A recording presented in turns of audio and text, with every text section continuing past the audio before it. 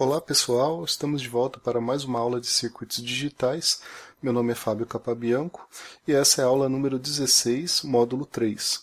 A aula de hoje vai ser sobre flip-flops. Na aula passada nós começamos o terceiro módulo introduzindo a ideia de memória. Nós tentamos desenvolver o circuito mais simples possível que pudesse representar um elemento de memória. E tentamos fazer isso com duas portas NOT e notamos que não foi possível, porque a memória precisa ter três elementos básicos, ou três propriedades, que são armazenar um valor, que esse circuito fazia, poder ler o valor armazenado, mas a deficiência aqui era o terceiro princípio, poder mudar o valor que está armazenado nessa memória. E a partir daí, então, nós começamos a desenvolver os LETs. Nessa aula, nós vamos fazer um circuito digital que também vai funcionar como uma memória, que são os flip-flops. Essa nova categoria ela tem propriedades diferentes da anterior, e por essa razão nós vamos introduzir todo um novo modelo aqui de circuitos, que até agora a gente não tinha visto, que são os circuitos síncronos. E nós vamos fazer distinção entre circuitos síncronos e assíncronos. O que a gente tinha percebido da aula anterior? Que o LET ele começou com algumas deficiências. Quando a gente fez o circuito SR, nós percebemos que esse circuito ele tinha um estado inconsistente, né? Vendo aqui no Panda, se a gente ligasse as duas entradas ao mesmo tempo, as saídas Q e Q barra, que deviam ser complementares, elas estariam com o mesmo valor. E isso a gente chamou de estado inconsistente, que não era uma coisa que nós gostaríamos, desejada.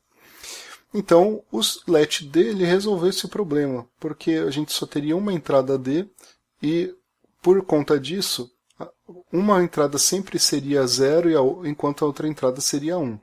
A gente não conseguiria colocar 0 e 0 ou 1 e 1 nas duas entradas. Esse problema foi resolvido no LET D.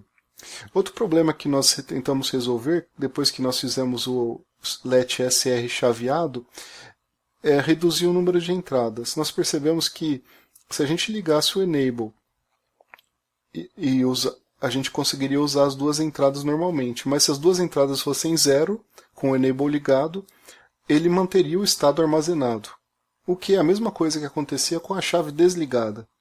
Então o LET D conseguiu reduzir também o número de entradas e ter o mesmo comportamento. Com a chave desligada, mantém o estado. Chave ligada muda de acordo com o valor de D.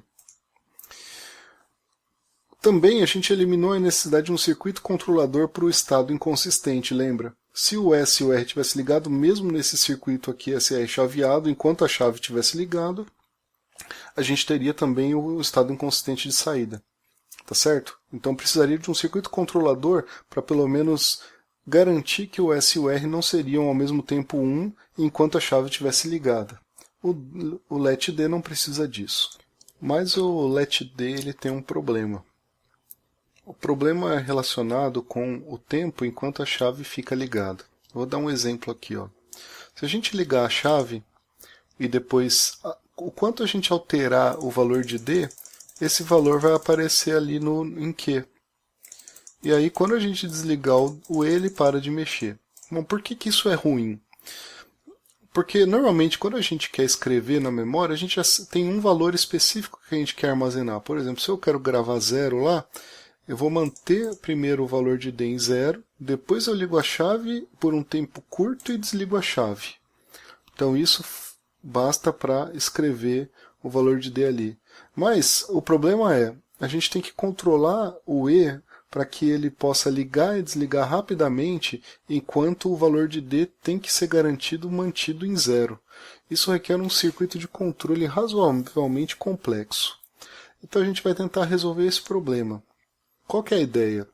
A gente vai tentar fazer com que a alteração do valor armazenado aqui seja pelo menor período de tempo possível.